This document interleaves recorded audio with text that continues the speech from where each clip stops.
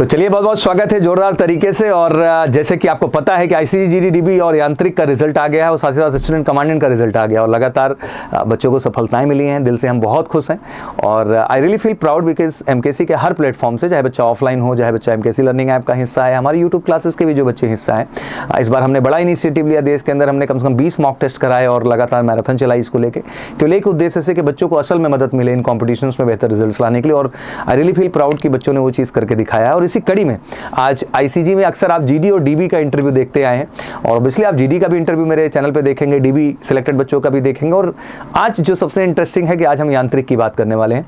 तो यांत्रिक को लेके बहुत सारी कन्फ्यूजन बच्चों के जहन में रहती है, तो आज उन सारी कन्फ्यूजन्स को क्लियर करेंगे कि आखिर यांत्रिक कितनी अच्छी एंट्री है आईसीजी के अंदर और अगर वाकई में ईमानदारी से मेहनत किया जाए तो सफलता ली जा सकती है। और उसी कड़ी को और बेहतर ढंग से समझाने के लिए हमारे साथ जुड़ चुके हैं विनय। विनय, बहुत बहुत स्वागत है बच्चा आपका। तो विनय मूलतः आप सोनभद्र जिले से हैं। चलिए बहुत बढ़िया। अच्छा, लंबा कारवां लाइफ का निकला, मतलब इंटर पास किए। इंटर कौन से ईयर में हुआ बच्चा? सर मैं 2018 में किया था। 2018 में। और हम 2023 में बैठे हुए हैं। Yes sir. तो लंबा मतलब 5 साल की एक जिंदगी का अप डाउन चलता रहा। इस दौरान आपने कहा कि इंटर के बाद हम डिप्लोमा करने चले गए। तो क्या इंटर के बाद कोई तैयारी की थी बच्चा कि सीधा डिप्लोमा करने चले गए? सर मैंने डायरेक्ट डिप्लोमा करने चला गया। जानकारी नहीं थी आपको? जी सर। कि इंटर के बाद ही मौका मिल जाता है एयरफोर्स का, नेवी का और इन सब चीज़ों का ओवरऑल। अभी तो टेक्निकल में बहुत सपोर्ट मिल रहा है, टेक्निकल में इंडियन आर्मी के अंतर्गत। जी जी। मतलब टेक्निकल से हैं तो आप कितने बोनस मार्क हैं वैसे ही जो है, लेकिन मामला सब एज पे आके फंस गया। सर कहाँ फंस गया? हाँ नहीं, अभी तक तो सफलता सर हो गई होती तो मैं एयरफोर्स वगैरह भी, मैं समझ रहा हूँ आप हर जगह निकाल ले जाते बच्चे, बट कोई बात नहीं, इंसान को लगे रहना चाहिए, प्रयास करने से ही चीज़ें मिलती है और उसका एग्जाम्पल आप है। तो एग्जैक्टली जो है अभी आपकी एज क्या है? सर मेरी एज 21 हो रही है। 21 हो रही है, एग्जैक्टली, ठीक है। तो अब प्रश्न जो आपसे सबसे पहला बनता है कि इसके विषय में आईसीजी जीडीडीबी यांत्रिक के विषय में कब पता चला आपको? सर मैंने जब मैं डिप्लोमा कर रहा था उसी टाइम पता चला था, लेकिन मेरा उस टाइम डिप्लोमा कंप्लीट हुए नहीं थे। हाँ, तो आप उसी पे फोकस रहे होंगे। Yes sir. तो जैसे ही कंप्लीट हुआ तो मैंने ये कब कंप्लीट हुआ? 2021 में? जी सर। ठीक है। फिर 2021 में तो कोरोना पीरियड चल रहा था। जी सर। फिर 2021-22 क्या किया आपने?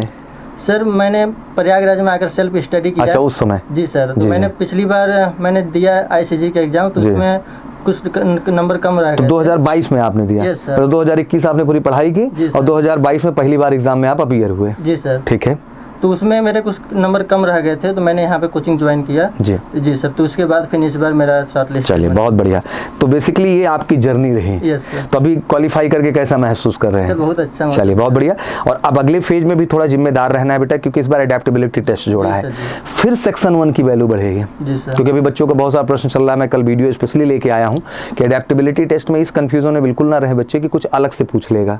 जो आपका सिलेबस है वही पूछेगा। थोड़े क्वेश्चन क्या होंगे बेटा, ट्रिकी होंगे और टाइम कम है, थोड़ा टाइम प्रेशर ज़्यादा क्रिएट करेंगे।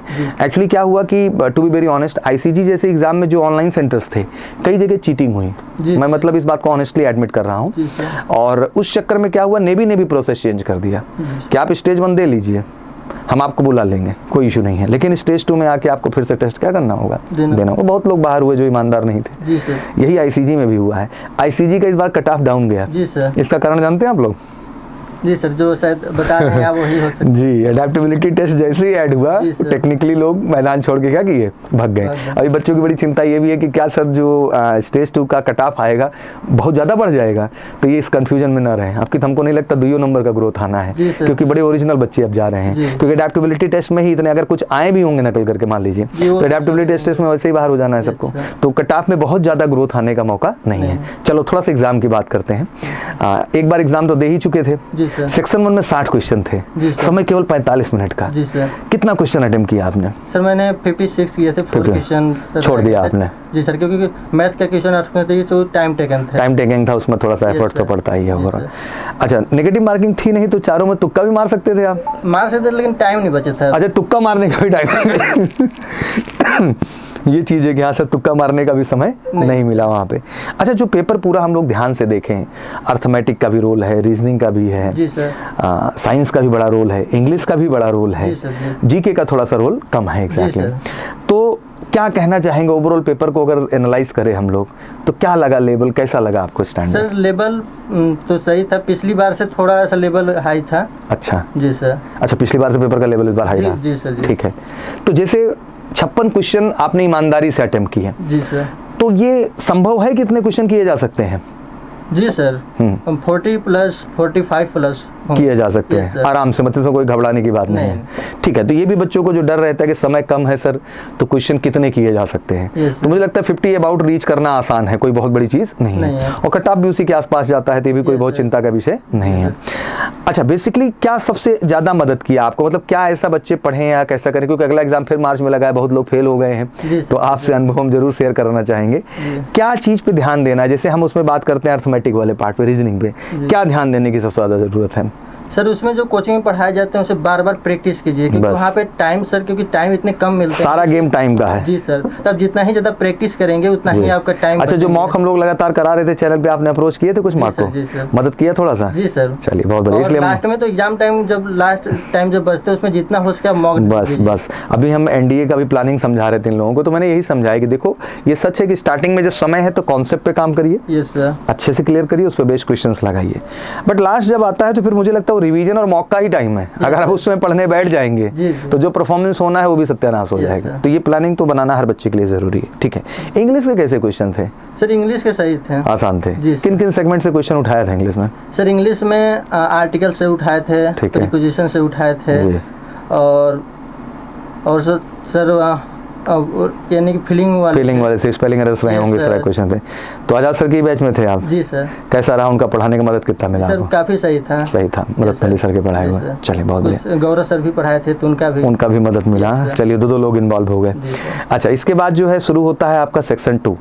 सेक्शन 2 में बच्चे बहुत डरते हैं, स्पेशली जीडी वाले, क्योंकि उनका मैथ फिजिक्स आ जाता है स्टैंडर्ड लेवल का।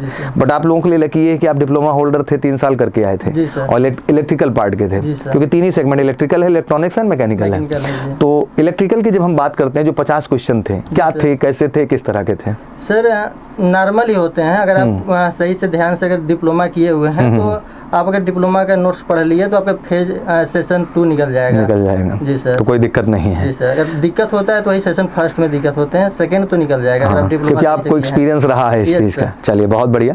तो अब जैसे स्टेज 2 फिर से आ रहा है और उसमें एडेप्टेबिलिटी टेस्ट है, जी सर, तो उसको लेके क्या आपकी प्लानिंग है आगे की? क्या है, क्योंकि सिलेबस नया ऐड हुआ है तो उसके बारे में तो सर अभी कुछ सोचा नहीं जा सकता। नहीं, मैं लगातार वीडियोस बना रहा हूँ, और आज पहला मेरा मॉक भी लेके आ रहे हैं हम शाम को 5 बजे, जो चैनल है स्पेशल वाला, और लगातार बच्चों की हम मदद करेंगे। तो बहुत ज़्यादा घबराने की किसी की ज़रूरत नहीं है, बस यही है कि थोड़ा सा स्पीड बढ़ानी पड़ेगी। क्या बढ़ानी पड़ेगी? क्वेश्चन घूम फिर के यही रहेंगे, मतलब ये मत समझिए कोई आउट ऑफ सिलेबस चीज़ आपसे पूछी जाएगी। बस यही कि आपको सही प्रैक्टिस करा दी जाए उन टॉपिक पे, और कौन से, क्योंकि हमने टॉपिक टिक कर दिए हैं बैठ के पहले से ही, जो बच्चे जुड़ रहे हो जान भी रहे होंगे, उन टॉपिक को मैंने टिक कर दिया कि ये टॉपिक है जिनसे क्वेश्चन बनने वाले हैं। बस उन्हीं क्वेश्चंस पे आप काम कर लीजिए अच्छे से बच्चा, और मॉक दे लीजिए थोड़ा सा उससे रिलेटेड, तो आपका आत्मविश्वास बढ़िया हो जाएगा। तो उसको भी टेंशन बिल्कुल मत लीजिए, लगाओ बेटा, बहुत अच्छा चांस है सिलेक्शन का। पहली बात तो परमानेंट है आप। दूसरी सबसे अहम चीज़ बेटा, टेक्निकल में जा रहे हैं आप। क्या जा रहे हैं? टेक्निकल। ये अपने आप में गर्व की बात है, सारी अपॉर्चुनिटी, सारी फैसिलिटी सब एक नंबर का है। तो और टेक्निकली आप नेवी वालों के साथ ही ट्रेनिंग लेंगे। जी सर। जाना आईएनएस चिल्का ही है। जी सर। हाँ, ऐसा नहीं कहीं बाहर जाना है ओवरऑल। चलिए बहुत बहुत कांग्रेचुलेशन भी मेरी तरफ से बच्चा, और बहुत बड़ी बात है, सफलता लीजिए। मुझे लगता है कि सोनभद्र के जो जिले और गांव से आप आ रहे हैं, कम से कम आप सफलता लेंगे तो बाकी लोगों को क्या मिलेगी बेटा? प्रेरणा मिलेगी। तो आप जान लगा दीजिए। फिजिकल वगैरह सब ठीक है, कोई दिक्कत तो नहीं है? सर सब सही है, लेकिन मैं पहले कराना चाहता हूँ मेडिकल। नहीं ठीक है, हाँ, एक बार मेडिकल प्रक्रिया से जरूर गुजर लीजिए आप, मिल लीजिए, शक्ति सर नीचे हैं, और मेडिकल सारा क्लियर करके फिजिकल पे भी अच्छे से काम कर लीजिएगा। मतलब कोई भी स्टेप आपको फंसा ना पाए, आपको ऐसा परफॉर्मेंस लेके जाना है। और स्कोर जैसे आपने कहा कि आपको दिख नहीं रहा है, बट 56 मारे हो तो कॉन्फिडेंट हो गए तुम, हम पे उसको डाउट नहीं है। और 56 और 40 उधर जो अटेम्प्ट कर दिए हो, ये टॉपर का स्कोर है। किसका स्कोर है? तो हमको स्टेज 2 के कट ऑफ से बहुत टेंशन नहीं है। हाँ, हमको जो है चिंता थोड़ी बहुत एडेप्टेबिलिटी टेस्ट को लेके है बच्चा, और आपके फिजिकल और मेडिकल को लेके है। तो बस अब उसके लिए अभी से लग जाइए, मेहनत करिए ईमानदारी से। जल्दी ही आपका एडमिट कार्ड अपडेट हो जाएगा। अभी कुछ बच्चों को जैसे 9 जनवरी डेट अपडेट हो गई है, एक स्पेशल वीडियो भी कल ला दूंगा डेट्स को लेकर के, तो बिल्कुल उस चीज़ को लीजिए। मेरी तरफ से बहुत बहुत शुभकामनाएं बच्चा, एंड थैंक यू, आपने अपने विचार ओपिनियन बच्चों के साथ शेयर किए। क्या मैसेज देना चाहेंगे जो हमारे इंडियन कोस्ट गार्ड के बच्चे हैं, जो तैयारी कर रहे हैं, अपने यूपी से हैं, बिहार से हैं, एमपी से हैं, हिंदी भाषी क्षेत्र के हैं स्पेशली, तो क्या मैसेज देना चाहेंगे उनको? सर मैं यही बोलना चाहूँगा कि अगर जिनका इस बार नहीं भी हुआ है तो अगर ऐसे तैयारी करते रहे, मार्च में फिर से एग्जाम है, जी सर मार्च में फिर से एग्जाम है इसके, तो यानी एक वर्ष में 2 बार होते हैं। जी बिल्कुल 2 बार, तो कभी ना कभी सफलता मिल ही जाएगी। जी सर, अगर तैयारी करते हैं तो मिल ही जाएगी। तो बस डरिए मत, जो असफल हुए हैं घबराने की बात नहीं है। जैसे अभी विनय ने भी शेयर किया कि हम भी पहली बार में क्या हो गए थे, लेकिन इसका मतलब थोड़ी विनय मैदान छोड़ के भाग गए, और दुगनी मेहनत की और एफर्ट किए, और आप देखिए अब 60 में 56 मार के आए हैं, तो मतलब आप समझ सकते हैं टॉपर का स्कोर है। क्योंकि हम जान रहे हैं आप जो किए हैं सही किए हैं, वरना नहीं किए हैं, ये आप इतने कॉन्फिडेंट थे ओवरऑल। तो मुझे लगता है कि यही होता है बाउंस बैक करना ज़िंदगी में, यही होता है कि डरना नहीं, हम फिर से प्रयास करेंगे और सफलता लेंगे। चलिए बहुत बहुत शुभकामनाएं आपको हमारी तरफ से बच्चा, और हर तरह की मदद के लिए हम लोग तैयार हैं, हमको टेंशन लेने की जरूरत नहीं है।